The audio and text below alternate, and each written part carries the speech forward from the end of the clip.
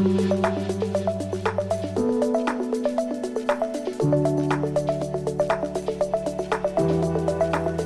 morning, everyone. Wow, it might be a tough act to follow, Brad, David, and Frank. Yes, definitely. But we do have very important and exciting discussion for you. I'm Yana Novikova. I'm a Senior Director of Product for Ripple, and today we have a very special guest with us, Nancy Beaton, Chief Revenue Officer and President of Uphold US. Welcome, Nancy. Thanks. So as the world of digital assets continues to transform, Uphold has emerged as a key leader by making bold and thoughtful decisions, particularly during challenging times. Uphold's unwavering support for XRP digital asset, even during industry uncertainties, has been a beacon of resilience, innovation, and hope for the community. So today, we'll explore Uphold's decision, the key reasons behind Uphold's decision to support XRP. We'll also discuss Uphold's strategies of innovation, and we'll talk about their future for the vision of crypto and not only crypto regulations, but also crypto innovation. Nancy, welcome again. Welcome to Apex. So to begin, Uphold was the only exchange in the United States that did not delist XRP. Exactly. Woo! So I'm sure this decision has come with significant challenges and considerations. Could you share with us the reasons behind your decision, and how did this impact Uphold as a company? Yeah, for sure. So first and foremost, I appreciate the applause that Uphold did not delist XRP. I would say in return, the community that we've been able to build with XRP, with the users, with the developers, has been really good. And I would say when the decision came out last summer that XRP was not a security, and everybody finally decided to join the party and list it, then I feel like, we weren't sure what was going to happen. We didn't know if all of our users would have all these choices. But really important for us was that in the time that we were able to build this relationship with the XRP community, we saw, less than 5% of our users try other exchanges. So everybody stayed with us. So while I appreciate the clapping, I would say at the heart of blockchain and crypto is community, and I felt like that in spades when we stayed with XRP, and then the XRP community stayed with us. So that was very, welcoming after all of the communication and commitment together. As for regulatory, we are highly compliant. We take it very seriously. And when the option came of what should we do with the token and XRP, we did consult with 3 law firms, get opinions, and with others that are in the space that had been around the regulatory body, the SEC, and that had, maybe worked there, consulted there before. And it was pretty unanimous. They came back to us with their opinion that the suit would not stand up, that XRP would win. So we took a calculated risk internally and agreed with that and said, we're going to stick with it. And, should something happen that legally we have to change, we would. But until that time, we believed in the community and we believed in the legal advice we were giving, so we stayed the course. And, at that point, it became a risk decision, and we took the risk, and I think it paid off for everybody. Definitely. Yeah. Absolutely. So Uphold, and definitely, Uphold stands undoubtedly provided much needed support for the community, especially during this time. So are there any key lessons that Uphold learned during this making this decision, and how has this decision shaped the rest of your strategy in crypto space and in digital asset space? Yeah, so I think, we take very seriously at the beginning of the process who we list and who we partner with when it comes to tokens and cryptocurrency on our platform. We have a listing committee, and we approve only about 30% of all the tokens that come to us. And it's really important for us to make sure that there is a use case, that there's viability, that there's a market demand, that the whole project has done things the right way. So I do think that has evolved since the regulatory discussions and process. I think in addition to that, though, I think that it really has fostered the idea of communities on our platform. We've gotten more market-led. We talk to a lot of the communities a lot more. We talk to the XRP communities. What tokens do they like? What are they looking for? What are their products that they need next from us? What are the integrations that we need to do? I can tell you the two things that always come back from this community. We do that with a lot of the various blockchain communities because I think as we want this to scale, it needs to be market-led. And just as David and Brad were saying, really Uphold is trying hard to strip the complexity out of Web3 so that we can make it easy for users. We're in this unique situation where we work with all the projects, all of the various layer 1s, layer 2s, tokens, but we have an entire retail offering. So we're in this situation where we need to bring things to market that retail offering wants. And we need to do it within the confines of the regulation and with our project partners. So it's all sort of, I think, mixed together since we've been through this process. Definitely.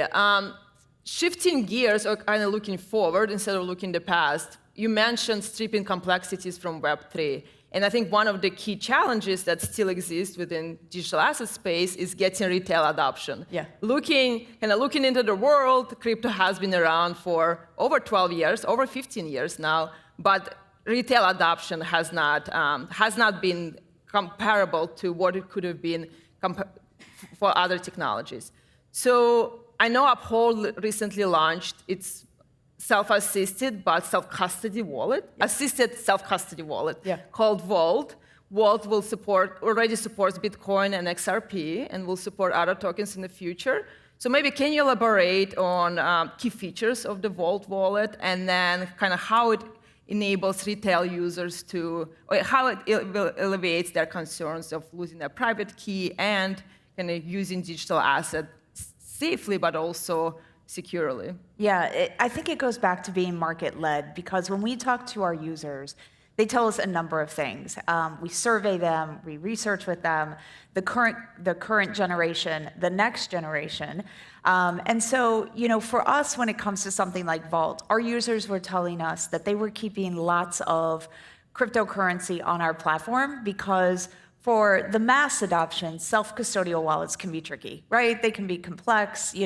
People have seed phrases, they've written them down on paper, or you have a ledger, it's at home, I'm in New York, I can't take advantage of the market. So we had a lot of feedback from our users that said, I'm just gonna leave everything with you, and because it's kind of complex over here.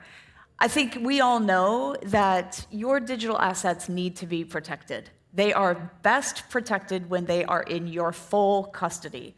So we knew that our users needed a solution in order to self-custody, have full ownership of their assets, but they really wanted to be right next to the trading platform and have the convenience of a centralized exchange.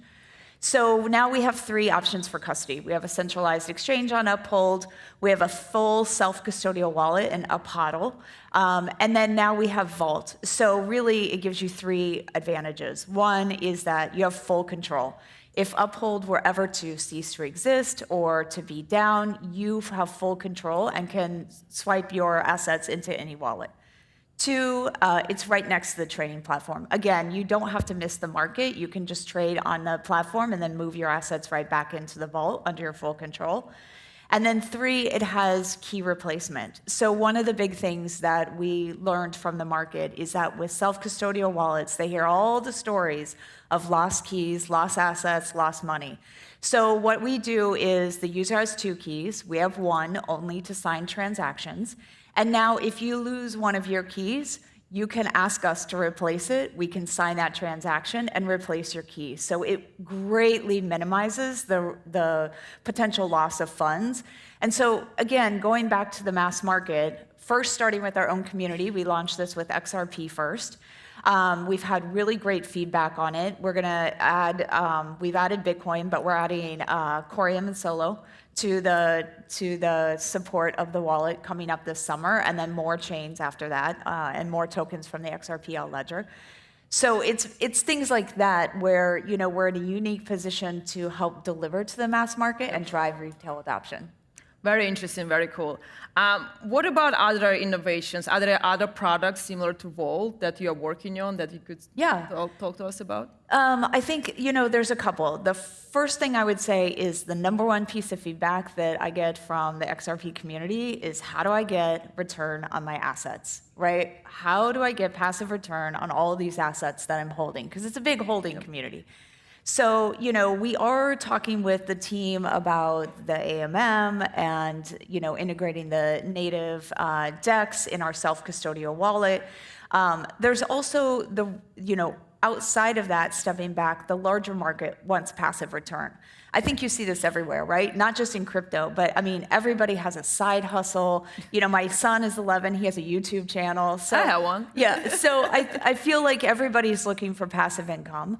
When we survey the market, we see that 92% of Gen Z holds or wants to hold crypto. More of them hold crypto than stocks. More of them hold crypto than real estate. So they are really, you know, going to expect that we bring these types of access and opportunities to them. So one of the other things we're doing is we're really working on almost features that I would call a crypto neobank. You know, these guys are not sitting behind a desk waiting for a 401k to vest for 20 years. You know, they want access and they want to start investing and making money now, you know, and they want to do that in multiple ways. So you'll see us come out with ability to earn interest, the ability to use your crypto for payments, for direct deposit, for bill pay, all those types of things as well. Very cool. So as you go into additional use cases, traditional financial use cases with crypto and digital assets, I do believe user education becomes very important. Are there educational initiative or resources that Uphold has been driving in kind of making sure that as users use AMM or start trying to kind of trade crypto, they understand all the complexities, but also they know how to navigate the space with different products that you have?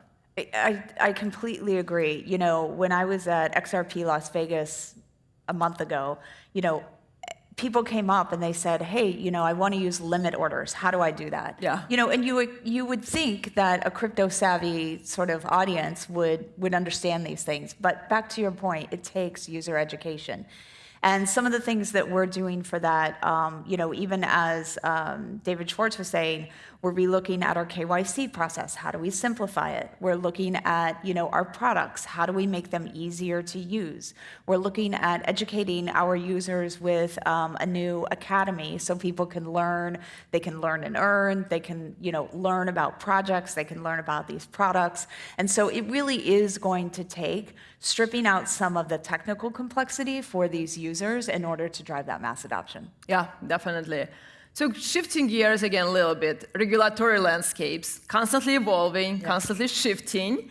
And you mentioned Upholds is very strong in compliance, very compliance-minded. So how do you balance out compliance, but also consistent innovation and releasing new innovative product like Volt or other ones that you talked about? And how do you balance those two? Yeah, it's tricky because, you know, as a global entity as well, you know, compliance is not the same, right? I'm in the US. I can tell you compliance is very different there. UK is very different. You know, the next MiCA rules that are coming out, starting even July 1st with stablecoins. You know, there's so much evolving all the time.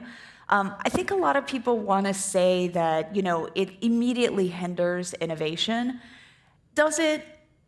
Some, right? But I look across this room, I talked to a lot of people last night. I see a lot of innovation still happening in this space. So, you know, I think people are going to push through. We have like the grit, we have the, you know, power to push through this and still innovate in this space. Does it mean that, we may have to wait on certain features? Yes. Does it mean that we have to roll something out in a region first and get adoption that way and then bring it across? Yes. So, we are doing it that way. We take it region by region when we think about what we can offer the users. What the users want is pretty similar across all the regions. When we survey our users or the general market, the ability to earn interest in general, right? Whether it's off your crypto or off of an account or something, top of the list, right? Again, passive income. So, but the way that we're able to do that is different in the UK than it is going to be in the US, and it's different in Europe. So we just have to almost have more innovation in order to create the solutions that fit the market and the environment. As you mentioned, global presence, you are serving over 10 million customers in 140 different countries. And how do you then ensure that those international users have consistent and reliable experience across all these different markets, so that if I'm using Uphold in the US, my experience is very similar to if I were using it in UK or Australia or other markets that you serve? Yeah, I would almost say that users don't necessarily want it to be that consistent. They only want consistency when you're doing something peer-to-peer, right? I don't want to mess with, how to find you, Yana, and sending you some crypto. But if you're in Brazil, you don't want the same experience. You need your local payment rails, right? Because getting a credit card to go through in Brazil, near impossible, right? So we actually just launched, we have a fiat to crypto on-ramp topper. We just launched PIX. So now we use local payment rails. People can buy crypto like this using their local transaction process instead of, maybe what I would force down from the US is a credit card. So I think in some regions, they almost absolutely need it customized by language, by payment processing, by payment methods, some, with off-ramp, some want to off-ramp to a bank, some want to off-ramp to, a stable coin. So it almost goes back again, I would say, to what the user wants and how they need it in that market. It does matter consistency when you start to talk about peer-to-peer, and so we're really going to elevate the ability for borderless peer-to-peer transactions that I think will need the consistency you're talking about. That's very interesting. So then looking ahead, which role do you think the self-custody solutions like the Vault or other innovations that you're working on, what role do you think they'll play for unbanked and underbanked populations around the world? Do you think those innovations and products and solutions could bring those populations into the financial system so that they can be part of the kind of global 100%. markets? I'm a huge believer in financial freedom and the financial freedom that blockchain and cryptocurrency will bring. I can tell you, we have both a centralized exchange, Uphold, and we have the fiat to crypto on-ramp topper that is in Changely, that's in Zum Wallet, that's in all these self-custodial wallets. Less than 2% overlap in user base. So what that tells me is that people want to interact and get involved in their way. So some don't want to come through the full KYC process, the opening an account, the full Uphold experience. Some do. Some really just have their way of doing it, right? They have their own self-custodial wallet. They have their own way to transact.